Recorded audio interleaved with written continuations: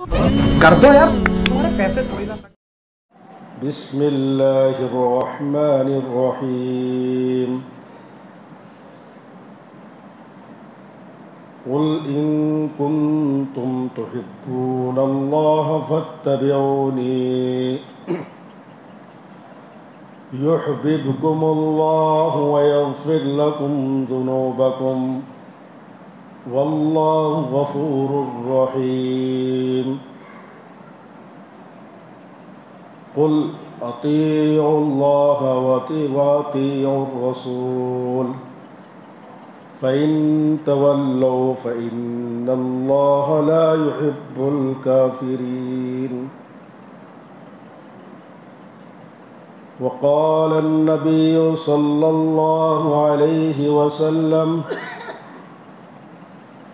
كل أمتي يدخلون الجنة إلا من أبى وقال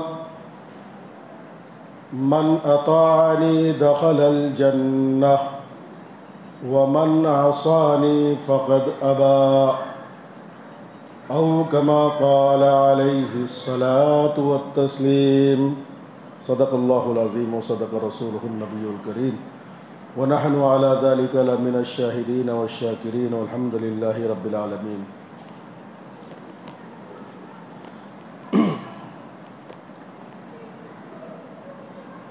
محمد کی محبت دین حق کی شرط اول ہے. محمد کی محبت دین حق کی شرط اول ہے. اسی میں ہو اگر خامی تو سب کچھ نامکمل ہے. صلی اللہ علیہ وسلم. قابل احترام بزرگوں، دوستوں، عزیز نوجوان ساتھیوں،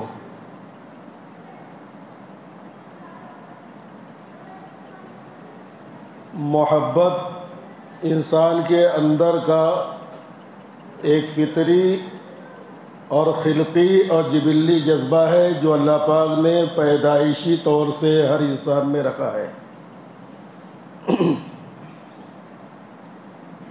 جس طریقے سے ہر بچہ اپنی ماں کی پیٹ سے غصے کی صفت لے کر آتا ہے.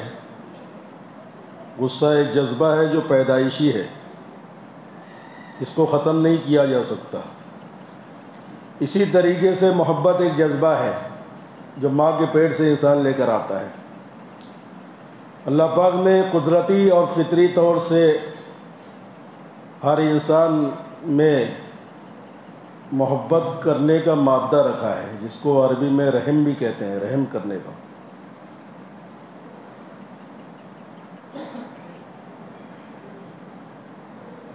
حدیث پاک میں آتا ہے، صحیح روایتوں میں ہے کہ اللہ نے محبت کو جس وقت پیدا کیا اس وقت تو اس کے 100 ٹکڑے کیے. رحم کو جب اللہ نے پیدا کیا تو اس کے 100 ٹکڑے کیے، 100 حصے کیے، اور 100 میں سے ایک یہ اللہ پاک نے زمین پر اتار دیا اور اس کو تقسیم کر دیا، ساری مخلوقات کو اسی میں سے دے دیا. اور جو بچے 99 وہ 99 ٹکڑے، 99 حصے اللہ پاک نے اپنی ذات کے لیے رکھ لیا.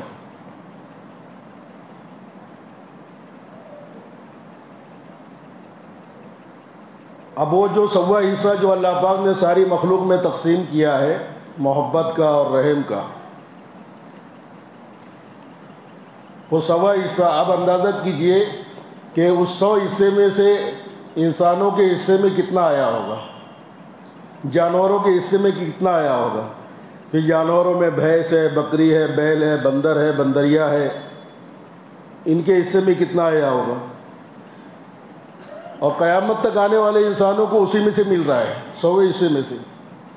تو بتاؤ ایک انسان کے حصے میں کتنا اس کا چھوٹا ٹکڑا آیا ہوگا، ہم اندازہ نہیں کر سکتے. ایک جانور کے حصے میں، ایک پرندے کے حصے میں اس کا کتنا معمولی جزایا ہوگا، لیکن دنیا کی ساری مخلوقات محبت کرتی ہے اسی کس کے نتیجے میں؟ اسی معمولی جذبہ محبت اور حصہ محبت کے نتیجے میں جو آیا ہے اس کے حصے میں۔ بندریا اپنے پلے کو اور اپنے بچے کو چمٹائے پھرتی ہے کہ اس کو جو ہے کوئی تکلیف نہ پہنچے، اس کو دودھ پلاتی ہے، ہمیشہ اس کا خیال رکھتی ہے کہ بھئی یہ چمٹا ہوا کہ گر نہ جائے۔ یہ اسی محبت کے سوے حصے میں سے ملے ہوئے معمولی حصے کا نتیجہ ہے جو بہت معمولی حصہ ہے۔ وَبِذَلِكَ يَتَرَاحَمُ الْخَلَائِقُ حدیث پاک میں ملتا ہے، اسی سوے کا حصہ، سوے حصے کا نتیجہ ہے کہ خلائق یعنی اللہ کی ساری مخلوق ایک دوسرے پر رحم کے معاملات کرتے ہیں۔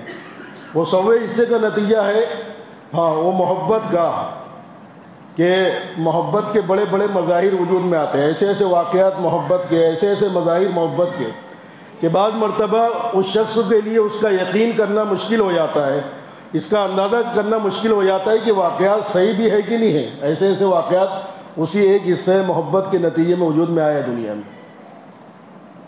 لیلا مجنوں کی محبت کے واقعات کہ مجنوں نے لیلا کی محبت میں کتنے بڑے بڑے کام کیے۔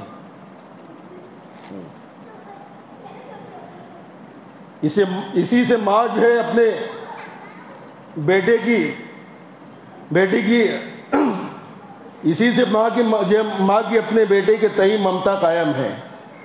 باپ کے پدرانہ جذبات، باپ کی پدرانہ شفقت، باپ کی باپ ہونے کی حیثیت سے محبت اپنے بیٹے کے ساتھ ہی اسی سے ہے۔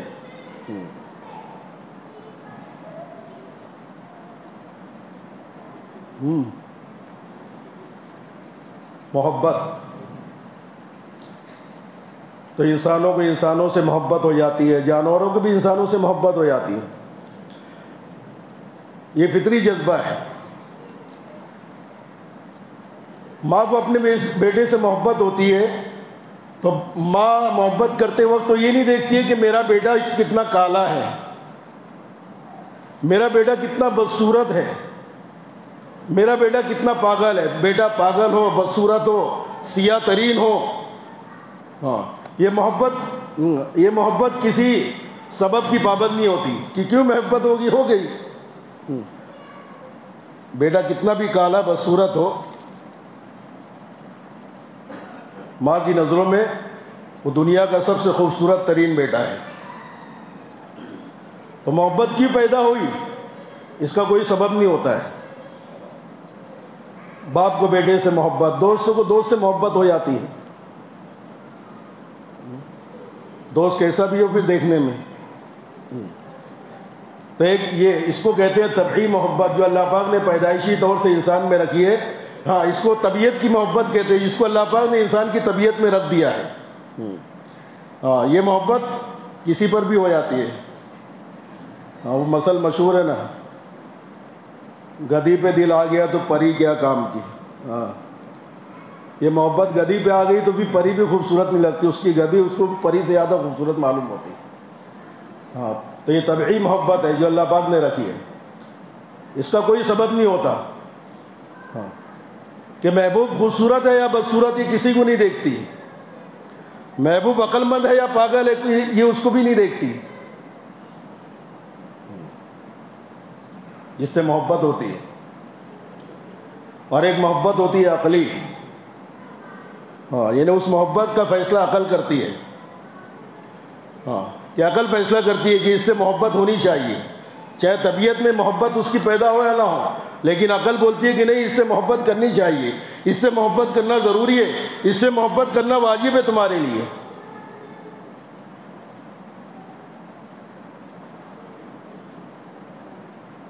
یہ عقلی محبت ہوتی ہے۔ لیکن عقلی محبت کچھ اصول کی پابند ہوتی ہے، کچھ اسباب کی پابند ہوتی ہے۔ عقلی محبت پیدا کرنے کے لیے کوئی وجہ ہونا چاہیے، کوئی سبب ہونا چاہیے۔ علماء کہتے ہیں کہ عقلی محبت کے 4 اسباب ہیں۔ جس آدمی میں یہ 4 اسباب پائے جائے، 4 میں سے کوئی ایک پائے جائے تو انسان کو اس سے محبت ہو جاتی ہے۔ آپ بڑے خوبصورت ہیں، آپ کا چہرہ مجھے پسند آ گیا، میری عقل فیصلہ کرے گی کہ آپ سے محبت کرنا چاہیے،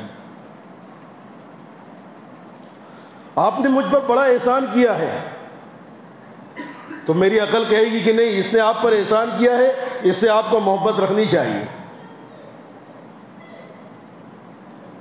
آپ بہت ذہین، فطین، عقل مند، ہوشیار ہیں، ٹیلنٹ آپ کا بہت زیادہ ہے، تو میں بولوں گا نہیں یار، آپ سے تعلق رکھنا چاہیے، آپ سے محبت استوار کرنا چاہیے۔ کتنی چیزیں ہو گئی، یہ محبت عقلی کے سبب ہیں، ہاں، جس کو جمال کہتے ہیں، خوبصورتی، عقل، جمال، عقل، اور احسان جس کو نوال کہتے ہیں، اور ایک ہوتا ہے کمالات، کمال، آپ کے اندر کوئی کمال ہے، کوئی خوبی ہے، کوئی گن ہے، اس گن کی وجہ سے میں آپ سے محبت کرتا ہوں، اس کو کمال کہتے ہیں۔ تو یہ چار چیزیں، ان چار چیزوں سے محبت پیدا ہوتی ہے، اور عقل تقاضا کرتی ہے کہ اس سے محبت پیدا کی جائے۔ جمال، خوبصورتی، عقل، نوال یعنی احسان، اور کمال یعنی گن اور خوبیاں۔ روئے زمین پر ایک ایسی شخصیت پیدا ہوئی ہے جس میں یہ چاروں چیزیں، یہ چاروں اسباب بدرجہ کمال، بدرجہ تمام پائے جاتے ہیں، اور وہ شخصیت ہے حضرت محمد مصطفیٰ صلی اللہ علیہ وسلم کی شخصیت، اس میں یہ چاروں اسباب بدرجہ کمال پائے جاتے ہیں۔ آپ کی خوبصورتی یہ کامل درجے کی، آپ کی عقل مندی یہ انتہائی درجے کی، آپ کا احسان جو عظیم ترین احسان ہے امت جو عالم انسانیت پر، اللہ کی مخلوق پر۔ آپ سے بڑا کوئی محسن نہیں، آپ سے بڑا کوئی عقل مندی، آپ سے بڑا کوئی حسین و جمیل نہیں، اور آپ سے زیادہ بشری کمالات کا جامع کوئی نہیں۔ ایک انسان میں جتنے کمالات ہونا چاہیے، وہ سارے کمالات کی انتہا کو اللہ کے نبی صلی اللہ علیہ وسلم کی ذات تھی، انتہا کو پہنچی ہوئی۔ آپ کی زندگی اس کی شاہد عدل ہے، اس کی گواہی دیتی ہے۔ آپ نے 130 آپ کے زمانے میں 130 جنگیں ہوئی ہیں،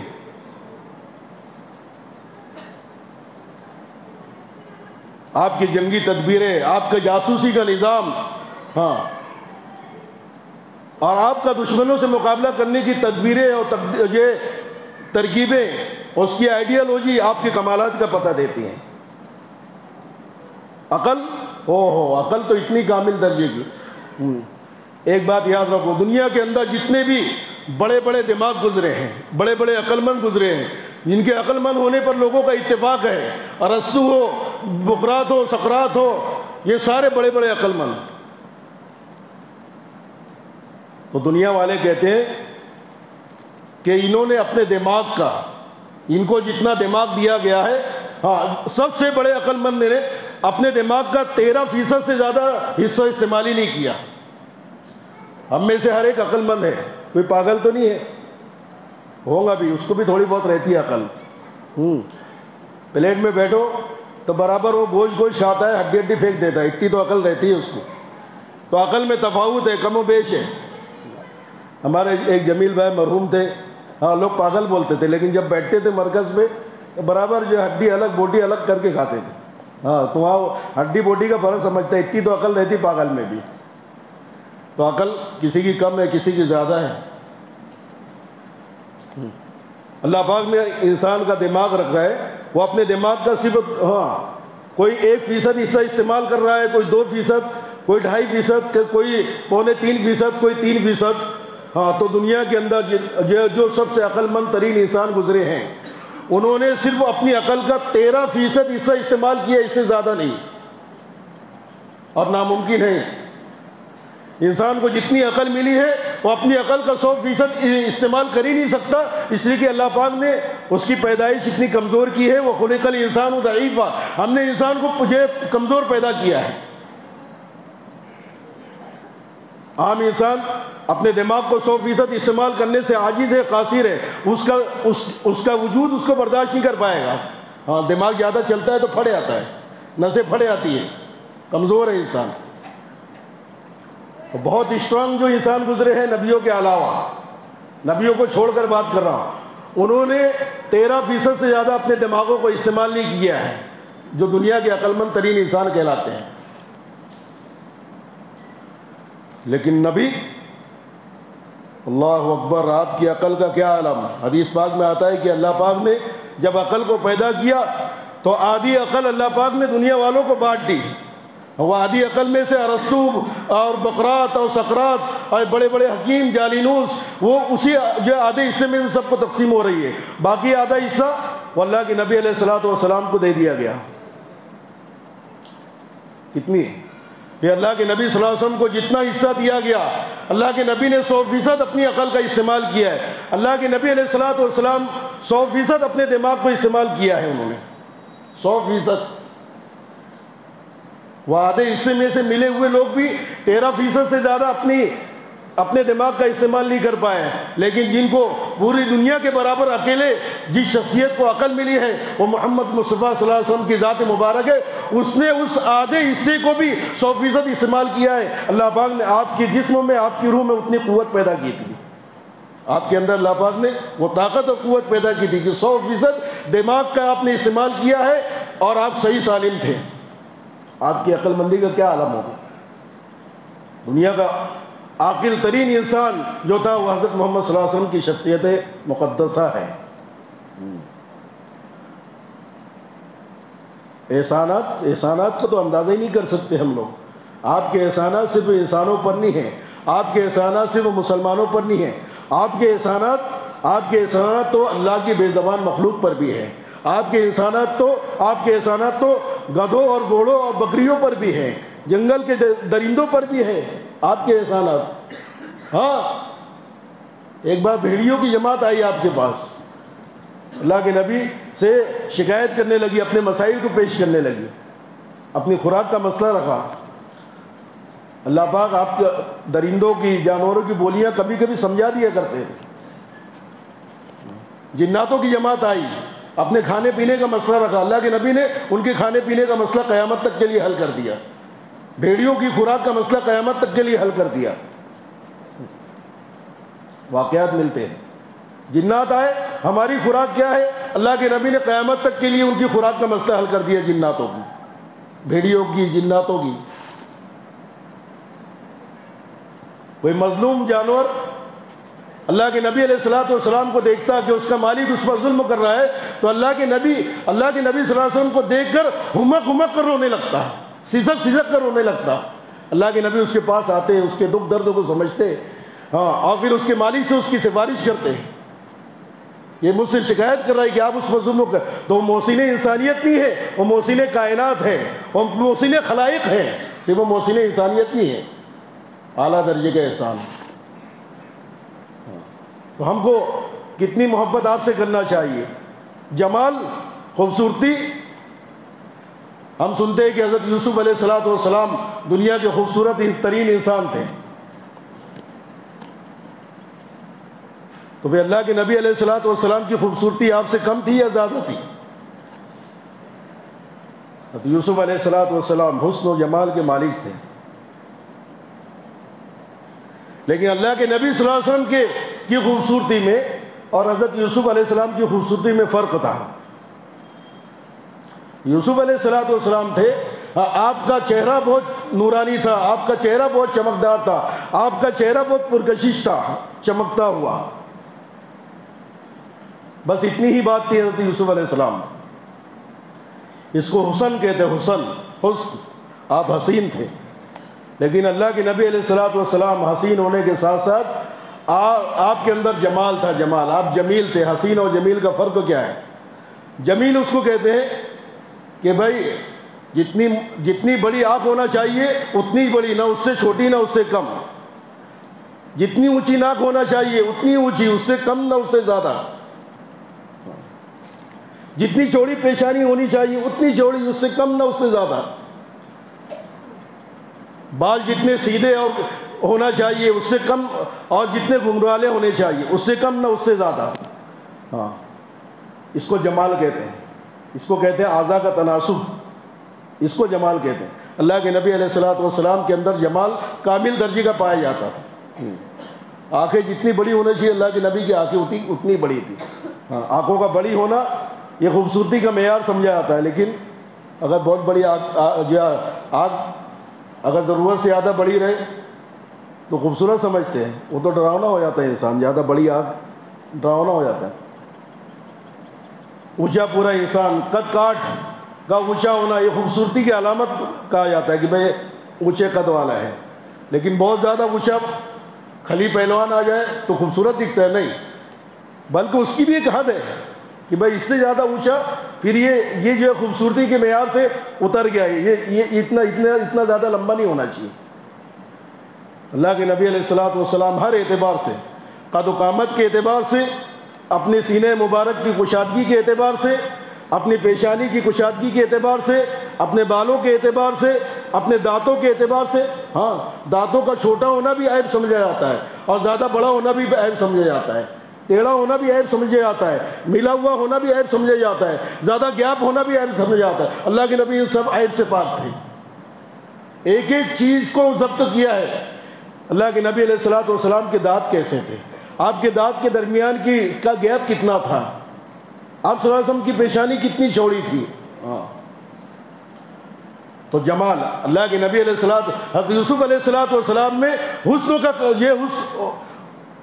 حسن کا کی صفت پائی جاتی تھی، لیکن اللہ کے نبی علیہ الصلوۃ والسلام میں جمال پایا جاتا تھا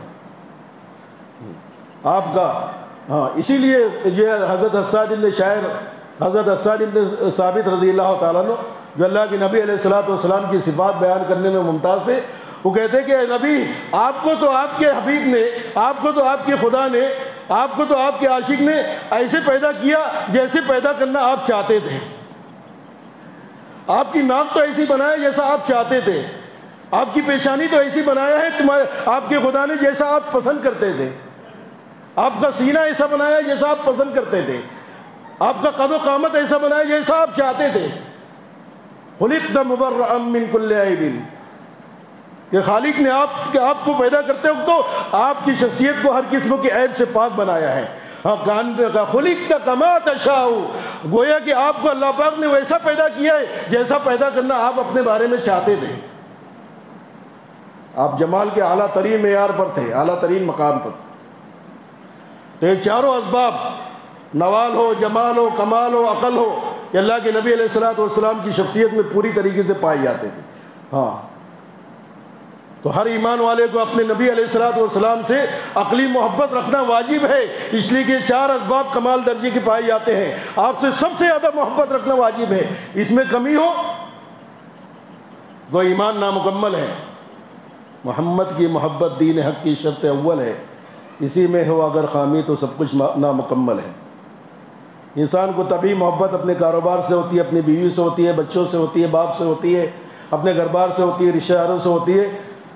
اللہ پاک نے 8 چیزیں گنائی، کہا کہ نبی سے جو تمہاری محبت کا رشتہ ہے، یہ محبت ان سارے تعلقات پر غالب ہونی چاہیے، اور اگر ان 8 کے مقابلے میں نبی کی محبت کا پلڑا جو ہے ہلکا ہو جا رہا ہے تو یاد رکھو کہ یہ اللہ کے عذاب کی گھنٹی ہے، اللہ کے عذاب کا انتظار کرو۔ 8 چیزیں بیان فرمائی ہے قرآن میں۔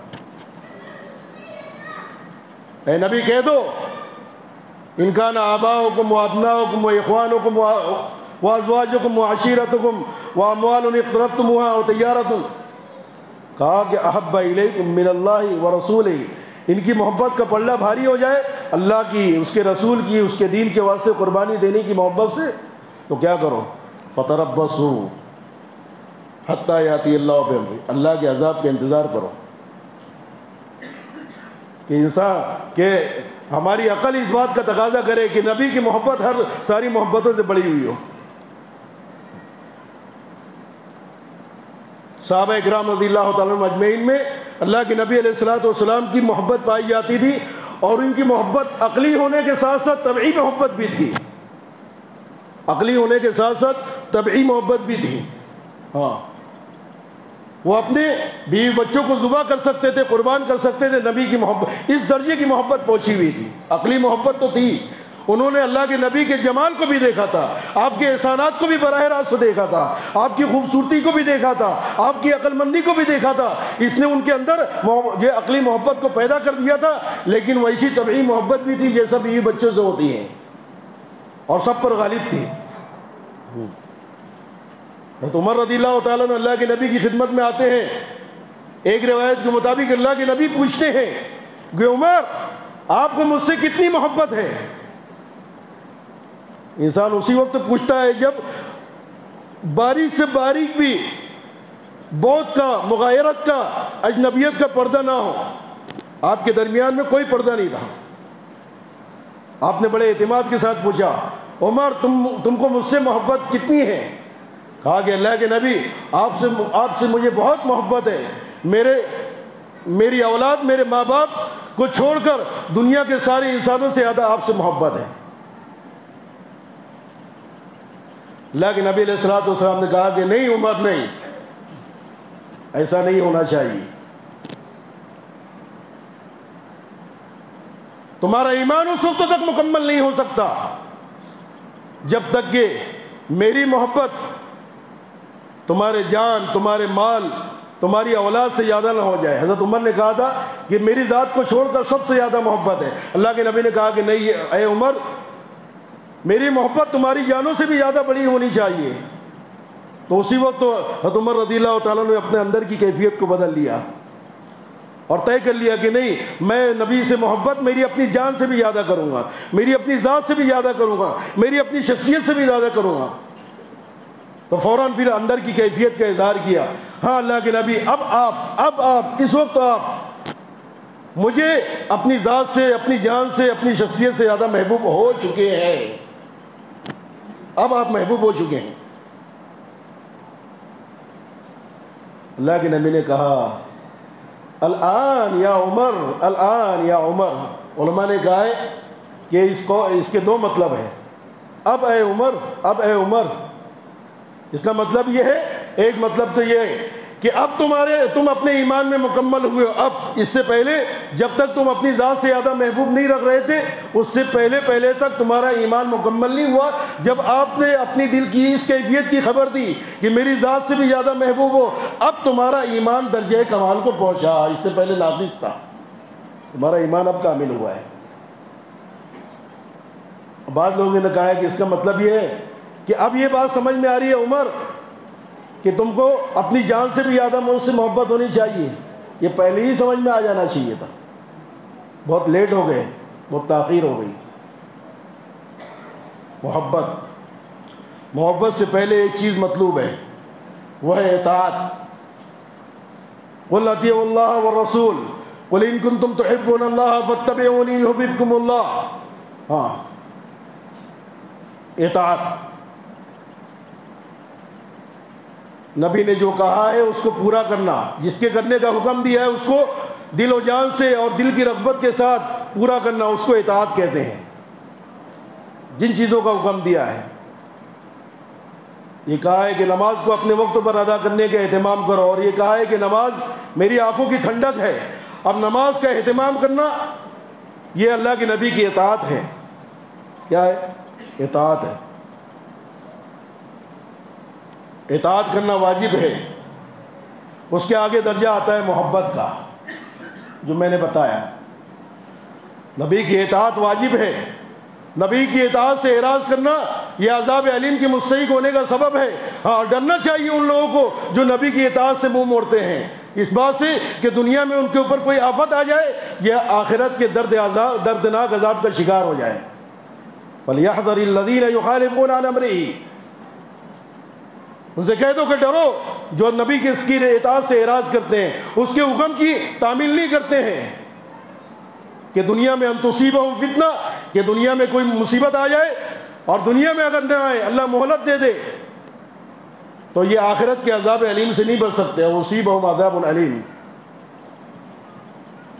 اور ان سے کہہ دو کہ کسی مومن مرد، کسی مومن عورت کے لیے جائز نہیں ہے کہ جب نبی ان کو کسی بات کا حکم دے دے تو اس حکم کے پورا کرنے میں ان کو کوئی اختیار نہیں ہے۔ انہیں کہنا چاہیے کہ تم کو کوئی اختیار نہیں ہے کہ کروں یا نہ کروں، کوئی آپشن نہیں ہے۔ اذا قضى الله ورسوله امرا ان یکون لہم الخیرۃ من امرہم، خیارہ کہتے ہیں اختیار اور آپشن کو، کوئی آپشن نہیں، کرے سوا کوئی چارہ کار نہیں ہے، بس کرنا پڑے گا۔ یہ ہے اطاعت، جو نبی نے کہہ دیا، جو حکم دے دیا، جو کرنے کو بتلا دیا، اس کو کرنا چاہیے۔ قل اطیعوا اللہ ورسول، اور اللہ کی اطاعت بھی دراصل نبی کی اطاعت ہے، اللہ کی محبت بھی دراصل نبی کی محبت ہے۔ ہاں، اللہ کی اطاعت کو ہم نے کس سے پہچانا؟ نبی کی زبان مبارک سے پہچانا۔ اللہ کی اطاعت کا حکم کس نے دیا؟ نبی نے اپنی زبان مبارک سے دیا۔ تو اللہ کے حکم کو پورا کرنا یہ ایسے ہی ہے جیسا کہ ہم نبی کے حکم کو مان رہے ہیں، اس لیے کہ نبی نے اس کا حکم دیا ہے، نبی نے ہم کو اس کی خبر دی ہے۔ اللہ کا یہ حکم ہے، اللہ کہتا ہے اس کو مانو۔ کس نے کہا؟ یہ نبی نے کہا۔ تو اللہ کی ماننا بھی اصل میں نبی کی ماننا ہے۔ اسی لیے ایک بڑے عالم کہتے ہیں کہ نبی کی محبت بھی عجیب چیز ہے، نبی کی محبت یہ میرے دل میں اللہ کی محبت سے بڑھ جاتی ہے، اس لیے کہ اللہ کی محبت تک پہنچانے والا راستہ یہ مجھے میری نبی نے بتایا ہے۔ اللہ کی محبت کا حکم میرے نبی نے دیا ہے، اللہ کی محبت کی خبر میرے نبی نے دی ہے قرآن پاک میں، والذین آمنوا اشد حبا للہ، کہ مسلمان اللہ کی محبت میں شدید ترین ہوتے ہیں، اللہ کی محبت میں شدید ترین ہوتے ہیں۔ کتنی چیز ہوئی؟ اطاعت ایک نمبر پر، پلس محبت دو نمبر پر، اور اس سے آگے ایک چیز ہوتی ہے اتباع، ایک ہوتی ہے اتباع۔ اطاعت کے بعد محبت، اطاعت بغیر محبت کے یہ پھسپھسی ہے، اور ایک ہوتی ہے جب محبت کمال کو پہنچتی ہے تو پھر یہ اس سے اتباع وجود میں آتا ہے۔ اطاعت اور اتباع میں کیا فرق ہے؟ اطاعت اس کو کہتے ہیں کہ نبی نے جو کہا ہے اس کو کرو، اور اتباع کہتے ہیں نقش قدم کی پیروی کرنے کو، پیچھے چلنے کو۔ نبی نے کہا ہو یا نہ کہا ہو، نبی کو میں نے جو کرتے دیکھا ہے میں کروں گا، اگر نبی نے اس سے منع نہیں کیا ہے تو۔ ہاں، ایک صحابی ہے غالباً ان کا نام حضرت ابو محذورہ رضی اللہ تعالیٰ عنہ ہے، اللہ کے نبی علیہ بدو جو دیہاتی ہے، یہ کبھی کبھی آتے تھے اللہ کے نبی کی خدمت میں۔ تو ایک مرتبہ اللہ کے نبی علیہ السلام کی خدمت میں آئے تو دیکھا کہ آپ کا بٹن مبارک کھلا ہوا تھا اور آپ کی چھاتی کے بال دکھ رہے تھے۔ اللہ کے نبی بٹن کا استعمال کرتے تھے، اور گرمی اس وقت تو شاید گرمی وغیرہ کی وجہ سے، گرمی کی شدت سے آپ کو تقاضا ہوا کہ بٹن کھول لیا جائے، لیکن جس وقت آپ کا بٹن کھلا ہوا تھا، یہ آپ کی خدمت میں آئے، آپ کو اس حالت میں دیکھا کہ آپ کے بٹن مبارک کھلے ہوئے، اس کے بعد پوری زندگی انہوں نے کبھی بٹن کا استعمال نہیں کیا، اور جب ان سے پوچھا جاتا کہ تم بٹن کا استعمال نہیں کرتے تو کہا کہ میں نے میرے محبوب کی خدمت میں جب میں نے حاضری دی تھی تو میں نے میرے محبوب کو اسی حالت میں جو بٹن کھلا ہوا دیکھا تھا، اس لیے میں ان کی اتباع میں، یہ ہے اتباع، ان کی اتباع میں میں بٹن کھولے ہوئے ہوں، میں بٹن نہیں لگاتا ہوں، حالانکہ اللہ کے نبی نے حکم نہیں دیا۔ اور یہ کوئی ایسی چیز نہیں تھی کہ اس میں اتباع کرنا واجب تھا، یہ محبت کا تقاضا ہے۔ جب اطاعت پلس محبت ہوتی ہے تو پھر اتباع وجود میں آتی ہے، نبی کی ایسی محبت۔ داڑھی رکھنا کہاں ضروری ہے؟ نبی کی محبت ہوتی تو تیری زبان سے یہ جملے نہیں نکلتے۔ ہاں، محبت۔ ہمارے پڑوس کے ایک ساتھی ہے، پڑوس کے ضلع کے، بازو کا ضلع پڑوس کا، ان کے ایک ساتھی ایک مرتبہ ملٹری کے اندر ان کا سلیکشن ہوا، تو وہاں پر سلیکشن ہونے کے بعد میں مرحلہ آیا تو وہاں پر کہا گیا کہ آپ داڑھی نہیں رکھ سکتے، داڑھی نہیں رکھ سکتے۔ حالانکہ داڑھی رکھنا یہ اطاعت کا تقاضا ہے، اس لیے کہ اللہ کے نبی نے کہا اعفو اللحا، حکم دیا ہے کہ داڑھیوں کو بڑھایا کرو، داڑھی کو بڑھایا کرو ایک مشت تک۔ تو کہا کہ ہاں، تو ان سے کہا کہ داڑھی نہیں رکھ سکتے، کہا کہ کیوں؟ کہا کہ ہمارے ملٹری کے اندر جو ہے داڑھی رکھنے کی اجازت نہیں۔ تو انہوں نے اس کے اوپر یہ مقدمہ لڑا، اور ان کی دلیل یہ تھی کہ ہمارے دوسرے برادران وطن جو مسلمان نہیں ہیں، بہت سارے پنجابی حضرات یہ سکھ کی نوکری کرتے ہیں داڑھی کے ساتھ، ان کو اجازت ہوتی ہے، ہم کو کیوں نہیں؟ بڑی مضبوط دلیل تھی، اگر ان کو اجازت ہے تو ہم کو بھی اجازت ہونی چاہیے، تو ہمارے لیے کیوں نہیں؟ تو جج نے یہ کہہ کر جو ان کی دلیل کو ریجیکٹ کر دیا کہ پنجابی لوگ کے اکثر لوگ داڑھی کے رکھنے والے ہوتے ہیں، یہ اس کی علامت ہے کہ ان کے یہاں پر داڑھی مذہبی اعتبار سے ضروری ہے، اور تمہارے یہاں پر ضروری نہیں ہے، اس کی علامت یہ ہے کہ مسلمانوں کے اکثر افراد داڑھی رکھنے والے نہیں ہوتے، یہ کہہ کر ان کی دلیل کو ریجیکٹ کر دیا، انہوں نے نوکری کو لات مار دیا۔ یہ اطاعت بھی ہے، یہ اتباع بھی ہے، ہاں قربان کر دیا۔ مرزا بیدل یہ دلی کے ایک بہت مشہور شاعر تھے، ان کا کلام نبی علیہ الصلوۃ والسلام کی عشق و محبت کی چاشنی سے لبریز ہوا کرتا تھا۔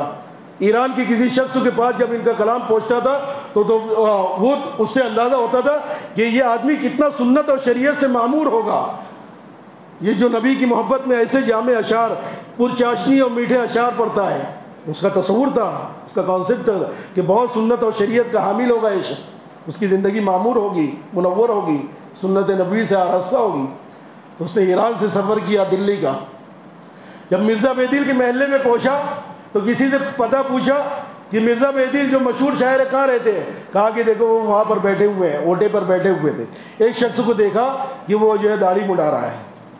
کہا کہ میں مرزا بیدل اس مشہور شاعر کا پتہ پوچھ رہا ہوں جن کے کلام عشق نبوی کے مشہور اور معروف ہیں۔ کہا کہ وہی شاعر ہے جو داڑھی بنا رہا ہے۔ اس کے تعجب کی انتہا نہیں رہی اور قریب جا کر پوچھا، آغا ریش نہیں تراشی؟ میرے سردار آپ داڑھی کاٹ رہے ہیں، تعجب ہے۔ تو مرزا بیدل نے جواب دیا، ہاں داڑھی تراش رہا ہوں، کسی کا دل نہیں دکھا رہا ہوں، کسی کا دل دکھانا گناہ ہے، تو میں داڑھی کاٹ کر کسی انسان کا، کسی اللہ کے بندے کا، کسی اللہ کی مخلوق کا دل تو نہیں دکھا رہا ہوں، داڑھی تو کاٹ رہا ہوں۔ بھلے دل کسے نمی تراشم۔ تو اس نے برجستہ جواب دیا، بھلے دل رسول اللہ تراشی، کہ آپ کسی مخلوق کے دل کو نہیں خراش پہنچا رہے ہیں، لیکن آپ اللہ کے نبی علیہ الصلوۃ والسلام کے قلب اطہر کو تکلیف پہنچا رہے ہیں۔ بس وہ قبولیت کا وقت تھا، دل میں بات لگی اور وہیں پر وہ اڑ گئے، ادھوری داڑھی بنا کر فیصلہ کر لیا کہ نہیں، میں میرے نبی علیہ الصلوۃ والسلام کے دل کو تکلیف نہیں پہنچانا چاہتا۔ یہ ہے محبت کا تقاضا۔ ہاں محبت تھی لیکن اطاعت نہیں تھی، لیکن اب اطاعت پر آ گئے، اب ان کی محبت اللہ کے یہاں پر قابل قبول ہو گئی۔ کتنے واقعات ہیں۔ اس لیے عزیزو، یہ ربیع الاول کی اس مبارک مہینے میں ایسی شخصیت اس دنیا کے اندر وجود پذیر ہوئی ہے، محمد صلی اللہ علیہ وسلم کی شخصیت مبارکہ، جو ہر اعتبار سے اس بات کے قابل ہے کہ آپ سے محبت رکھی جائے، اللہ توفیق دے تو طبعی محبت بھی رکھی جائے، ورنہ عقلی محبت سے تو کسی کو چھٹکارا نہیں ہے، اور نبی کی اطاعت کی جاوے تو اللہ پاک توفیق دے گا اس کی اتباع کی۔ یہ ربیع الاول کا پیغام ہے، آپ کی پوری زندگی ہمارے لیے نمونہ ہے۔ ہاں آپ کی اطاعت یہ اس وقت انسانیت کے سارے زخموں کا مداوا ہے، ساری بیماری کا علاج نبی علیہ الصلوۃ والسلام کے نظام کو اور آپ کی سنتوں کو زندہ کرنا ہے۔ اللہ تبارک تعالیٰ اس ربیع الاول کے اس پیغام کو سمجھنے کی توفیق عطا فرمائے، اور یہ ربیع الاول ہمارے کیلنڈر میں آ کر نہ نکل جائے، بلکہ ربیع الاول کا وہ پیغام جو اپنے ساتھ میں نبی کی محبت کا، نبی کی اطاعت کا اور نبی کی اتباع کا پیغام لاتا ہے، یہ پیغام ہماری زندگیوں میں داخل ہو جائے۔ یہ نہیں کہ کیلنڈر سے نکل کر اگلا مہینہ آ جاوے، نہیں، بلکہ ہماری زندگیوں میں داخل ہو جائے۔ اگر یہ چیز پیدا ہو جاتی ہے تو ہم نے اس ماہ ربیع الاول کا حق ادا کر دیا۔ ہاں زندہ باد مردہ باد ہونے سے یہ نبی کی محبت کے تقاضے نہیں ہوتے ہیں پورے۔ دوستو احتیاط کریں۔ ہاں ابھی میں آ رہا تھا ملی گنج سے، ایسے تماشے وجود میں لائے ہیں بیچنے کے لیے، پتہ نہیں کیسی چیزیں، لوگ شکلیں بگاڑ کر گھومتے ہیں۔ ہاں وہ ایسی ٹوپی اور پنگانی بجا رہے ہیں اور اس سے یہ وہ ناچ رہے ہیں اوپر کا۔ خدارہ جو ہے اپنے بچوں کو، اپنے آپ کو اس سے بچائیے۔ یہ نبی کی محبت کا مذاق ہے، یہ نبی کی محبت کا تقاضا نہیں ہے، یہ مذاق اڑا رہے ہیں۔ نبی نے جس تہذیب سے منع کیا تھا، نبی کو جو رہن سہن پسند تھا، جو چہرے کے بگاڑنے سے اللہ کے نبی نے منع کیا تھا، آج ہمارے نوجوان باراوفات کے موقع پر اپنے چہروں کی شناختوں کو بگاڑ کر گھومتے ہیں۔ تم نبی کی ولادت کے موقع پر نبی کی ذات کا مذاق اڑا رہے ہو، یہ تقاضے پورے کر رہے ہو۔ تو دوستو خدا را اپنے آپ کو اس سے بچائے۔ اللہ کے نبی علیہ الصلوۃ والسلام پر اس موقع پر اپنے گھر میں رہتے ہوئے زیادہ سے زیادہ درود شریف کی کثرت کا اہتمام کریں، اپنی زندگیوں کو بچانے کا، اپنی زندگیوں کو سنتوں میں ڈھالنے کا اہتمام کریں۔ اور اپنے بچوں کو محبت رسول کے تقاضے سمجھائے، سنتوں کی محبت ان کے اندر پیدا کرے، اس لیے کہ سنتوں جنت میں جانے کا ایک راستہ ہے، وہ سنت والا راستہ ہے، اور جہنم میں جانے کے ہزاروں راستے ہیں، ہاں وہ ہزاروں راستے سنت کو چھوڑ کر جتنے راستے ہیں وہ سب جہنم میں لے جانے والے ہیں۔ اللہ پاک ہم سب کو صحیح سمجھ عطا فرما کر نبی علیہ الصلوۃ والسلام کی محبت کے جو حقیقی تقاضے ہیں ان حقیقی تقاضوں پر عمل پیرا ہونے کی توفیق عطا فرمائے، آمین۔ وآخر دعوانا الحمدللہ رب العالمین۔ سنتیں ادا کرنا کر دو یار، تمہارے پیسے تھوڑی نہ کٹ رہے، کر دو۔